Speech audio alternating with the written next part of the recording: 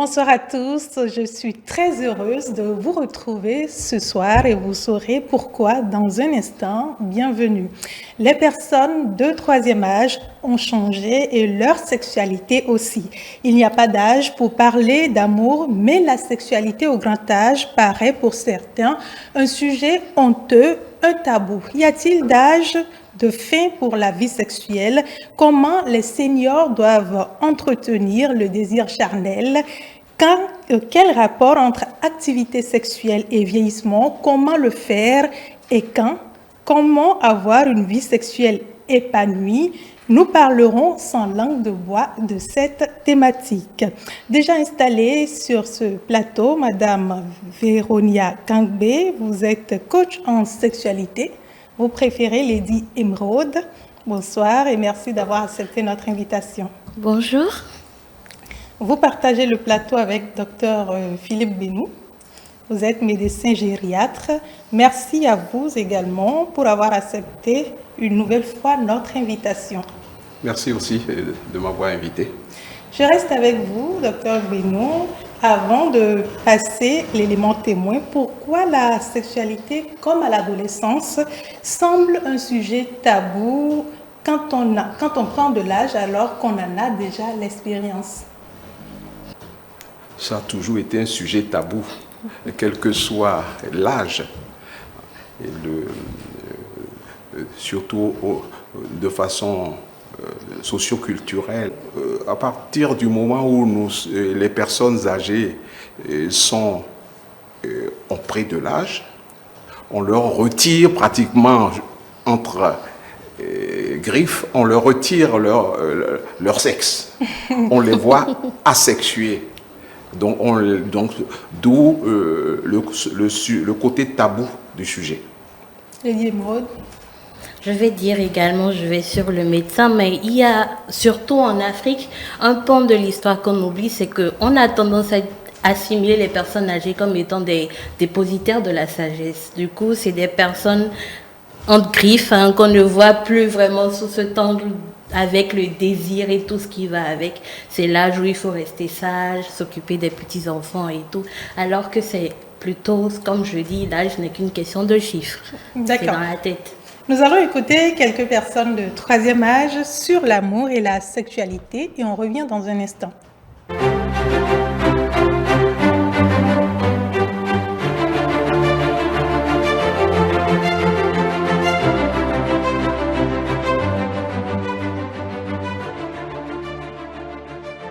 La langue de bois, je continue d'être actif parce qu'on a des pour bien vieillir, il faut bien faire l'amour, il faut maintenir tes relations sexuelles au top.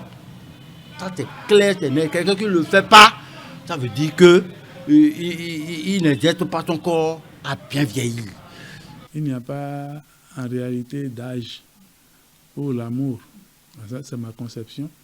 Et plus vous êtes entouré en tant qu'homme ou même en tant que femme, vous êtes entouré d'affection et sentimentale, plus vous avez la chance de vivre longtemps.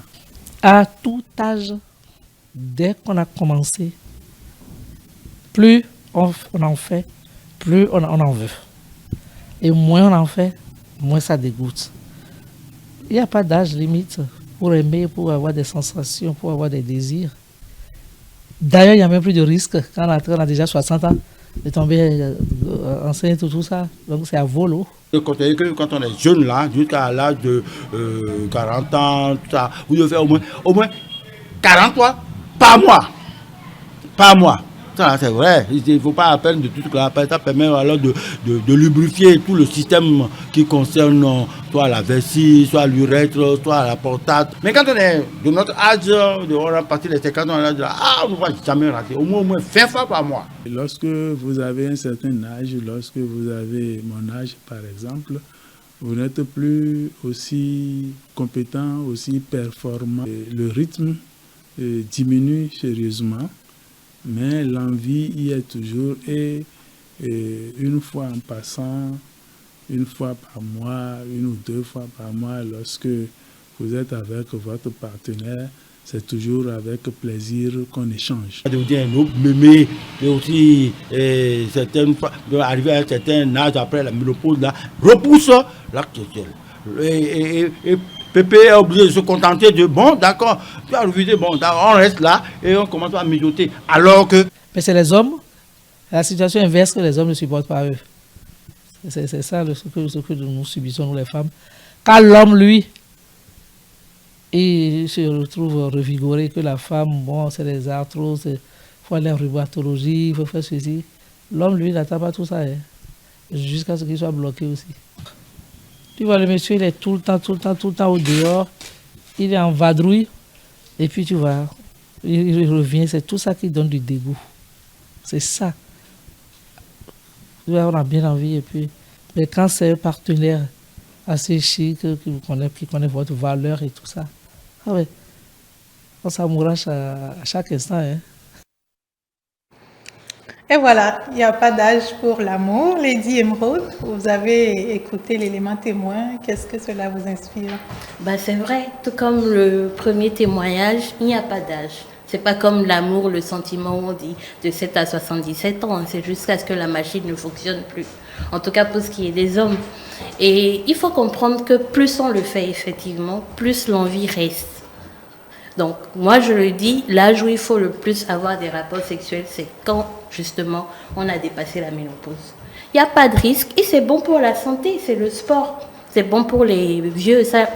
Bon, je vais dire vieux, même si ce n'est qu'un chiffre. Ouais. Mais c'est bon parce que ça leur permet de maintenir une activité physique, d'avoir... Et plus on a du désir, plus on a envie de prendre soin de soi, de prendre soin de son corps. Et ça va leur permettre de faire très attention également à l'alimentation. Et qui dit rapport sexuel dit joie de vivre. Donc, Voilà, nous allons revenir sur tous ces détails-là. Docteur Gbénou, quel est, homme ou femme déjà, comment comprendre la modification du désir sexuel? Le désir sexuel ne se modifie pas. D'accord. Soyons clairs. La fréquence des activités sexuelles, oui, en général, à partir de 50 ans, en moyenne, chez la femme, 55 ans chez l'homme, la fréquence passe en gros de 8 activités mensuelles à environ 5. Moi, je dis toujours à mes vieux, prêtez-moi le terme, une activité par semaine, ça réduit à 4. Ça se réduit à 4. OK. Donc, en moyenne, 5 par mois. Voilà ce que je voulais dire sur ce point-là. C'est surtout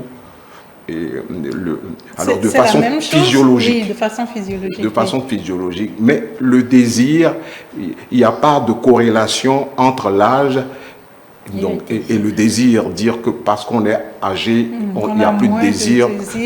Non. D'accord. Est-ce qu'il y a des problèmes liés à la sexualité quand on prend de l'âge par contre? Que ce soit chez la femme ou chez l'homme, c'est vrai que dans l'élément, on a fait référence à la ménopause, mais est-ce qu'il y a... Oui. Bon, alors, de façon générale, il n'y a pas de problème particulier. La ménopause, c'est l'absence des règles. L'ovulation n'existe plus. Mais cela n'empêche pas, comme le dit justement madame, c'est vive la vie. Et après la ménopause, certaines femmes disent, depuis que je n'ai plus mes règles, c'est extraordinaire, je vis pleinement ma sexualité. Donc maintenant, il arrive chez l'homme, moi dans ma pratique, j'aime toujours quand ça se signale, oui, je n'ai plus d'érection ou ça diminue, etc., que je vérifie le taux de testostérone, l'hormone mâle, et quand il arrive que ce soit significativement bas, qu'on aide un petit peu les personnes âgées dans ce sens-là par un traitement médical.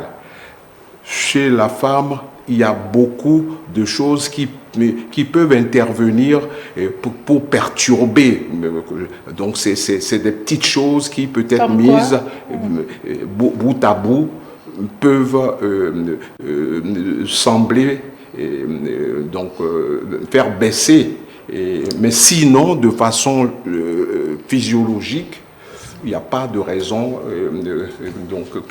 que ça change. Chez l'homme, c'est vrai qu'on avait également parlé sur cette émission des maladies prostatiques, on était avec vous aussi, qui peuvent agir sur la sexualité, par exemple.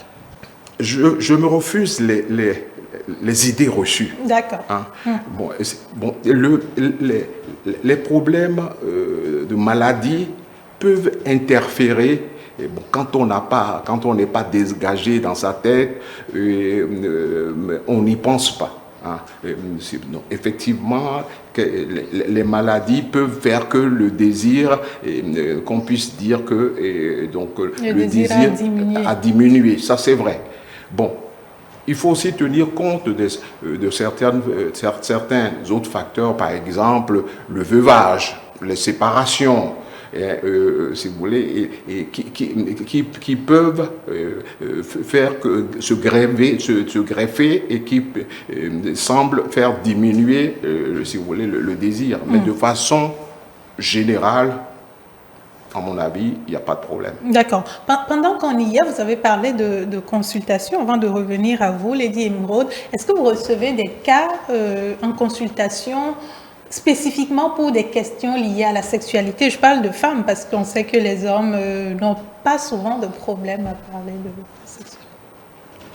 Permettez-moi de m'inscrire en faux. D'accord. Parce que curieusement, oui. Nous les hommes, nous sommes, prêtez-moi le terme, assez machos. Nous, les femmes, peut-être que les femmes en parlent à leur gynécologue. Hein. Bon, moi je n'ai pratiquement jamais reçu une femme qui, venant pour un problème de sexualité, oui. Hein, au cours d'un autre motif, ça peut se glisser, la conversation peut se glisser.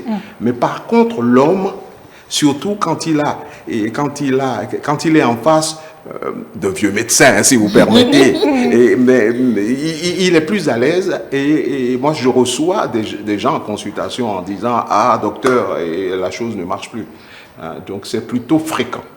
Et je vous dis plus fréquent qu'on ne le pense. D'accord. Lady Emeraude? Bah oui, et tout à l'heure, je vais revenir sur un point. Vous avez parlé des femmes, surtout avec la ménopause. Oui. Mais ce qu'on oublie souvent, c'est que les hommes aussi, ils ont leur ménopause. Je pense que le médecin serait beaucoup plus aguerri pour me prêter le terme. Mais pour les hommes, on parle d'andropause, la chute des hormones androgènes chez les hommes. Donc, le phénomène, il est pareil. Seulement que, comme monsieur le disait tout à l'heure, les hommes sont plus machos. Et il faut reconnaître que le désir est un peu plus grand et beaucoup plus fréquent. Ce qui fait que le besoin se fait sentir beaucoup plus chez eux quand ils se lèvent le matin et que l'appareil ne répond pas. Donc oui, ça sent. Mais en gros, pour dire vrai, il n'y a pas réellement de facteur physique qui puisse justifier justement l'absence de désir. C'est cela psychologique. Quand on pense aux soucis, au veuvage ou même aux enfants et leurs problèmes. Donc en réalité, il n'y a pas de facteur physique à part une vraie maladie comme peut-être un cancer de la prostate ou vraiment une maladie physique qui puisse justifier l'absence de désir. Quand ça ne va pas, c'est soit sur le plan psychologique ou vraiment une maladie qui est peut-être cachée, qu'on ne connaît pas encore. Quand je préparais cette émission, quelqu'un m'a dit qu'on ne parle pas ou que les femmes ne parlent pas de sexualité au grand âge parce qu'elles sont hypocrites ou que la plupart du temps, par respect pour leurs enfants. Est-ce que les enfants devraient nous empêcher de se sentir femmes ou de reconnaître qu'on a le droit d'avoir du plaisir, docteur? Je ne dirais pas qu'elles sont hypocrites. Je dirais plutôt qu'elles sont pudiques. Je vous l'ai dit tout à l'heure, c'est un domaine tabou. Le sexe est considéré, surtout chez nous en Afrique, comme honteux. Alors, il m'arrive souvent de dire, vous mangez bien dans une journée, vous buvez bien, faites l'amour. hein. Donc, effectivement, les facteurs sociaux, donc socio-familiaux, hein, par exemple, les enfants, de façon générale, voient leurs parents à partir d'un certain âge asexués. Hein. On les voit sans sexe. Hein. Donc, ils n'ont pas le droit. Ils n'ont pas le droit. Hein. Et les femmes, surtout chez nous en Afrique, font comme ce qu'on appelle une sublimation. Elles sont malheureusement considérées comme les usines à produire des enfants. Hein. Et après, vous avez produit les enfants, restez tranquilles. L'acte sexuel, à la limite, caricaturé comme pour avoir les enfants. Et dans certains préjugés, dans certains milieux socio-familiaux, c'est bien ça. La femme n'a pas le droit d'avoir envie et de jouir. Hein. Voilà. Alors, vous comprenez encore moins que vous comprenez que les enfants, effectivement, la femme qui a encore des désirs doit avoir ses désirs de façon cachée. Elle n'a pas à les exprimer. D'accord. Quel est le rapport entre la sexualité et le vieillissement, vu qu'on parle ici principalement de personnes de troisième âge? Lady Emeraude l'avait souligné quand... Une sexualité épanouie, quel que soit l'âge, et davantage chez les personnes âgées, je vais dire, contribue à l'amélioration de la santé. Alors, je dirais, une fois il m'est arrivé donc d'échanger avec un confrère dermatologue qui me dit que lui, il arrive à apprécier la qualité de l'acte sexuel de ses patients en regardant la beauté de leur peau. Les peaux sont belles, luisantes. Alors, donc, ce n'est pas... Le sexe n'est pas sale. Hein. Le sexe donc, fait du bien. Le sexe contribue à la bonne santé. Lady Emeraude, tout à fait. Vous êtes... Tout à fait, parce que c'est bien quand ces arguments sont étayés par un médecin. Nous, on nous a l'habitude de nous appeler des profanes. C'est bien quand c'est étayé par des médecins, parce que en réalité, au cours de l'acte sexuel, il y a une hormone qui se dégage. Et cette hormone-là, justement, sert au rajeunissement des cellules. Il y a ce qu'on appelle les cellules souches chez les bébés ou chez les femmes enceintes qu'on récupère. Tout ça permet réellement de rajeunir.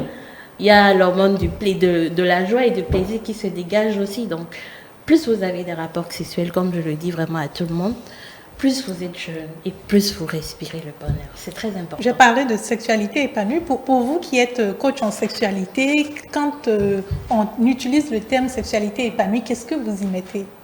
Moi, je mets joie de vivre, en gros. Joie de vivre parce que qui dit sexualité épanouie dit bonheur dans tout. Ça se vit, ça se ressent et on le voit sur les visages. Vous avez parfois dans les administrations, je sais que là je vais titiller un peu, mais vous voyez une bonne dame à qui vous dites bonjour le matin, vous lui avez rien fait, mais elle vous reçoit très mal. Vous pensez que c'est lié à la nuit façon dont elle a dormi? La nuit n'a pas été bonne. On dit derrière une femme heureuse, il y a un homme qui fait son travail. Donc vous pensez que même avec l'âge, ça ne change pas? Ça ne change pas. Une femme est toujours épanouie quand elle est satisfaite au lit. Toujours.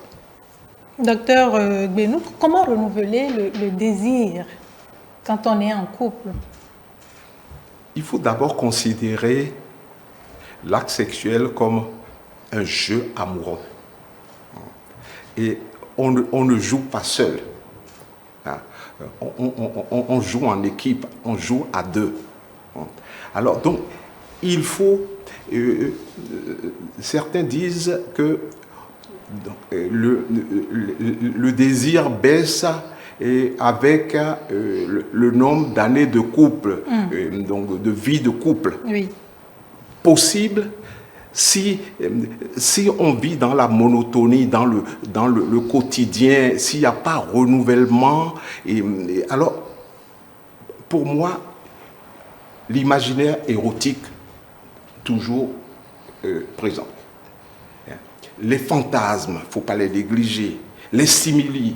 Et donc il faut agrémenter, il faut, c'est aux deux partenaires de savoir varier je vais dire, le contexte et leur environnement pour qu'il y ait toujours un renouvellement, une joie de vivre, comme Madame l'a dit tout à l'heure. Donc, dans ce contexte, il est important qu'il y ait une certaine complicité, mais totale du couple. Alors là, c'est pour ce débat, le temps serait limité pour entrer, pour développer ça. On va sûrement revenir là-dessus. Ce que je veux dire par là,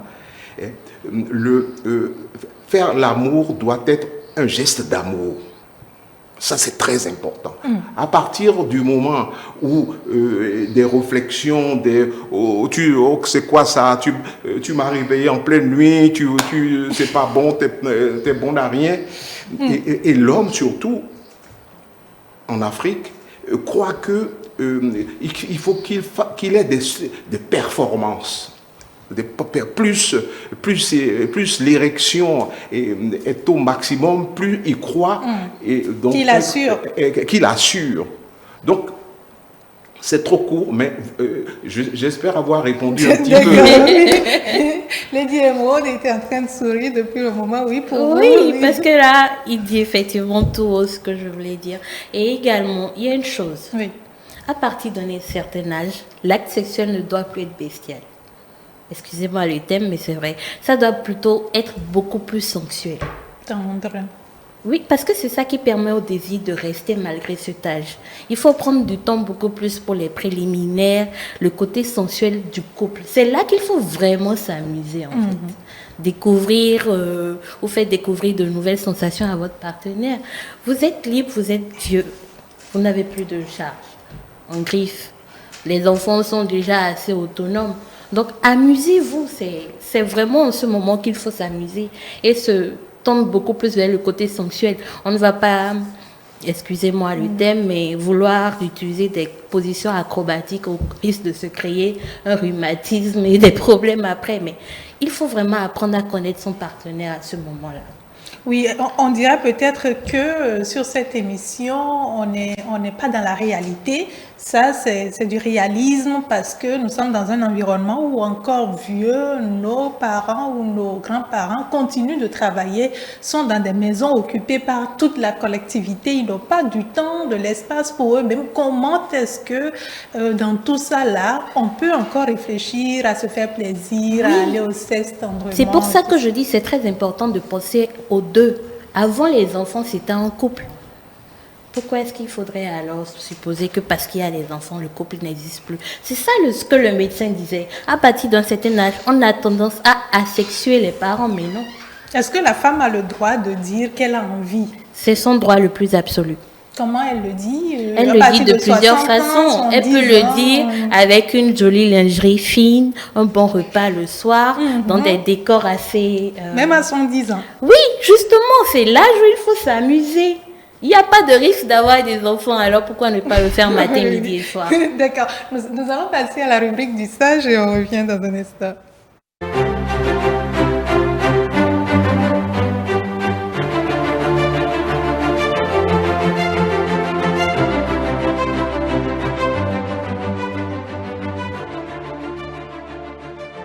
Les jeunes maintenant deviennent de plus en plus paresseux.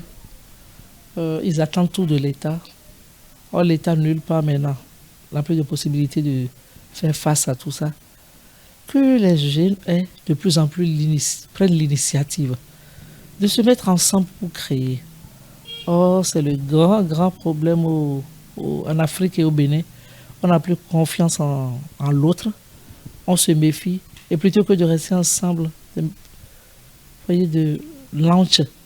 d'implanter une entreprise, non. À la longue, ça fait toujours fiasco et ils ne savent plus quoi faire. Sinon, moi, je conseillerais aux jeunes de se mettre ensemble, de ne plus attendre, d'aller aux formations pratiques Et puis il y a des secteurs porteurs maintenant, les secteurs de tourisme, de transformation, d'agro, pastoral, d'agroalimentaire, qui sont porteurs. Ils peuvent se lancer dedans. Les jeunes filles, maintenant, pour les coiffures, l'esthétique, il y a plusieurs formes. Qu'elles se mettent ensemble, celle qui fait les mèches, les jours là, se met ensemble avec celle qui fait les ongles, ainsi de suite, mais tu ne verras pas ça. Or, on ne peut jamais évoluer tout seul. Il faut toujours être ensemble. Les oiseaux, les animaux nous donnent l'exemple, pourtant on ne comprend pas. Voilà. Merci.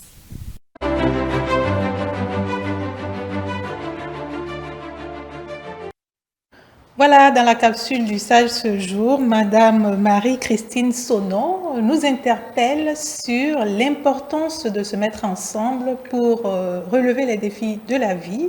Lady Emeraude, c'est vrai que ça n'a pas rapport avec le sujet, c'est le principe de l'émission.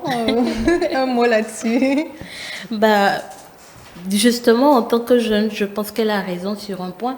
Il faut qu'on arrête d'attendre de l'État ou d'attendre un supposé emploi.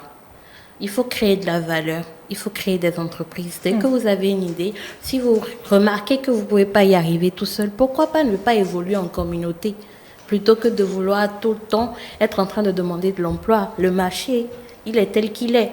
On sort de nouveaux diplômés, mais combien d'entreprises nous avons au Bénin? Nous allons revenir sur notre sujet, finir avec les excitants. Je n'en ai pas parlé. On sait que les hommes, pour être performants, parfois ont besoin de quelque chose pour booster un peu. Est-ce que c'est conseillé, surtout à partir de 60 ans, 70 ans, est-ce qu'on doit utiliser encore des excitants? Nous avons oublié, je tiens à le dire, que l'amour ne se résume pas à la pénétration, au coït. Hein. Donc, avis aux hommes, beaucoup de caresses, beaucoup de tendresse, ça ferait du bien. Alors maintenant, pour revenir aux excitants, c'est comme une béquille. Je les considère comme une béquille. Hein. Donc, on peut se servir d'une béquille à un moment donné, mais il ne faut pas tout le temps marcher avec une béquille quand on peut marcher sans béquille. D'accord. C'est tout à fait vrai, d'autant plus qu'aujourd'hui, on remarque que les jeunes utilisent beaucoup plus ces excitants. Il faut comprendre que on peut remplacer les excitants. Même pour les personnes âgées, je conseille souvent d'utiliser beaucoup plus ces compléments alimentaires. Pourquoi? Parce que ça apporte les vitamines qu'il faut pour permettre au corps d'être beaucoup plus résistant et beaucoup plus endurant. C'est une béquille et c'est vraiment pas utilisé tout le temps. D'accord. Pour finir avec vous, une sexualité épanouie au grand âge, un conseil? Un conseil. Laissez les enfants, amusez-vous, concentrez-vous sur votre couple. Et tout ira bien parce que qui dit vie épanouie, dit vie de couple. Et les enfants vont grandir et vont partir après. Hein. Ils iront fonder leur famille aussi. Donc pourquoi ne pas se concentrer sur ça? Merci, Dr Benou, pour finir. Avis surtout davantage aux hommes. Oui. Restons davantage à la maison, aimons davantage nos épouses. Et parce que vous ne pouvez pas rentrer tard et maintenant sauter au lit en disant Madame, on y va. Non. Donc l'amour, c'est tous les jours, c'est minute après minute, heure après heure, c'est pas qu'au lit. D'accord. Merci beaucoup à vous, Dr Philippe Guénon. Je rappelle, vous êtes médecin gériatre. Et Madame Gangbe, coach en sexualité, Lady Emeraude, merci d'avoir participé à cette discussion. Ça peut paraître insensé, on l'a dit, de penser que nos grands-parents font l'amour à un certain âge, jeunes ou jouent aux amoureux. Ils en ont le droit. Il est important de connaître votre corps, de communiquer pour trouver ensemble la meilleure façon de vous faire plaisir. Et ce sera tout pour aujourd'hui. Merci de nous avoir suivis et à la prochaine.